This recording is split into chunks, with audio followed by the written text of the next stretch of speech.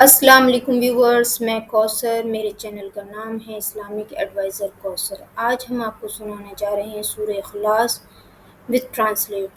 Please میرے channel کو like and subscribe کریں اور بیل آئیکن پریس کریں۔ ویڈیو کے اینڈ میں ہم آپ کو بتائیں گے سورہ اخلاص پڑھنے کی فضیلت اور اس کے معجزات۔ آئیے شروع کرتے ہیں۔ أعوذ بالله من الشيطان الرجيم اے اللہ میں تیری پناہ چاہتا ہوں شیطان مردود سے۔ بسم اللہ الرحمن الرحیم شروع کرتا ہوں اللہ کے نام سے جو بڑا مہربان نہایت رحم والا ہے۔ سورۃ الاخلاص مکی سورت ہے اور اس میں 4 آیتیں ہیں۔ قل هو الله احد الله الصمد لم يلد ولم يولد ولم يكن له كفوا احد۔ آپ کہہ دیجئے کہ وہ اللہ تعالیٰ ایک ہی ہے، اللہ تعالیٰ بے نیاز ہے، نہ اس سے کوئی پیدا ہوا نہ وہ کسی سے پیدا ہوا اور نہ کوئی اس کا ہمسر ہے۔ حدیث میں آتا ہے اللہ تعالیٰ صرف اس عمل کو قبول فرماتا ہے جو خالص اس کے لیے کیا جائے اور صرف اس کی رضامندی مقصود ہو۔ یہ سنن نسائی کی روایت ہے۔ ابو امامہ الباہلی رضی اللہ عنہ سے نبی صلی اللہ علیہ وسلم نے فرمایا جو شخص 10 بار سورہ اخلاص پڑھ لے اس کے لیے جنت میں ایک محل بن جاتا ہے۔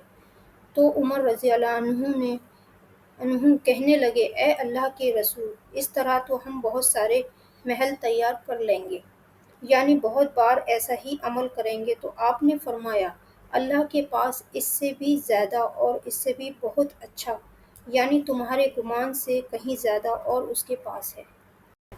اگر آپ اللہ کے قریب ہونا چاہیں اور اللہ تعالیٰ کی قدرت اور عظمت کا احساس اپنے دل میں بٹھانا چاہیں تو آپ کو چاہیے کہ بغیر گنے کئی بار سورہ اخلاص پڑھیں، پھر اس کی تاثیر دیکھیں۔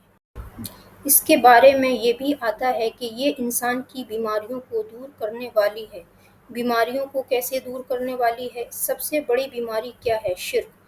سارے غم اور مصیبت شرک کی وجہ سے آتے ہیں۔ اللہ تعالیٰ کی ناراضگی شرک کی وجہ سے آتی ہے، چاہے شرک اکبر ہو یا شرک اصغر۔ شرک اکبر ہے بتوں کو پوجنا اور شرک اصغر ہے ریاکاری کرنا، دکھاوے کا کام کرنا، اپنے کاموں پر فخر کرنا۔ اس کا علاج کیا ہے؟ انسان قل ہو اللہ احد پڑھے۔ قتادہ ابن النعمان رضی اللہ عنہ سے روایت ہے کہ ایک شخص رات کو قل ہو اللہ احد کی تلاوت کثرت سے کیا کرتے تھے جادو سے بچنے کے لیے۔ تو رسول اللہ صلی اللہ علیہ وسلم کو بتایا گیا ان کے بارے میں، جس نے بتایا وہ قل ہو اللہ احد کی اہمیت کم سمجھ رہے تھے۔ وہ سمجھ رہے تھے کہ یہ صرف سورہ اخلاص ہی پڑھتے ہیں اور کوئی سورت نہیں پڑھتے۔ نبی صلی اللہ علیہ وسلم کو بتایا گیا تو آپ نے فرمایا انہا لتعدل ثلث القرآن، یہ سورہ 1/3 قرآن کے برابر ہے۔ یہ سورت معمولی سورت نہیں ہے۔ صحیح بخاری میں یہ روایت ہے۔ حضرت عائشہ رضی اللہ عنہا سے روایت ہے کہ نبی صلی اللہ علیہ وسلم بستر کی طرف جاتے تو آپ قل ہو اللہ احد، قل اعوذ برب الفلق، قل اعوذ برب الناس، یہ تینوں صورتیں پڑھ کر اپنے ہاتھوں پر پھونکتے پھر پورے جسم پر پھیر لیتے۔ یہ اہتمام آپ صلی اللہ علیہ وسلم نے اس وقت فرمایا جب آپ کے اوپر جادو ہوا۔ اس کے بعد آپ صلی اللہ علیہ وسلم کا یہ ہمیشہ کا معمول رہا۔ صحیح بخاری کی ایک اور روایت میں ہے کہ حضرت عائشہ رضی اللہ تعالیٰ عنہ فرماتی ہیں کہ ایک مرتبہ رسول اللہ صلی اللہ علیہ وسلم نے جہاد کے لیے ایک لشکر بھیجا، تو اس میں جو امام تھے نماز میں سورہ اخلاص کی بہت زیادہ تلاوت کیا کرتے تھے۔ صحابہ اکرام کا جب یہ لشکر واپس لوٹ آیا تو آپ صلی اللہ علیہ وسلم کو بتایا گیا کہ یہ سورہ اخلاص بہت زیادہ پڑھتے تھے نماز میں۔ تو آپ صلی اللہ علیہ وسلم نے ان سے پوچھا یہ کام تم کیوں کرتے تھے؟ سورہ اخلاص اتنی زیادہ کیوں پڑھتے تھے؟ تو ان صحابی نے فرمایا کہ اس میں رحمان کے اوصاف بیان کیے گئے ہیں، اللہ تعالیٰ کی حمد و ثنا ہے، اس وجہ سے مجھے اس سورت سے محبت ہے۔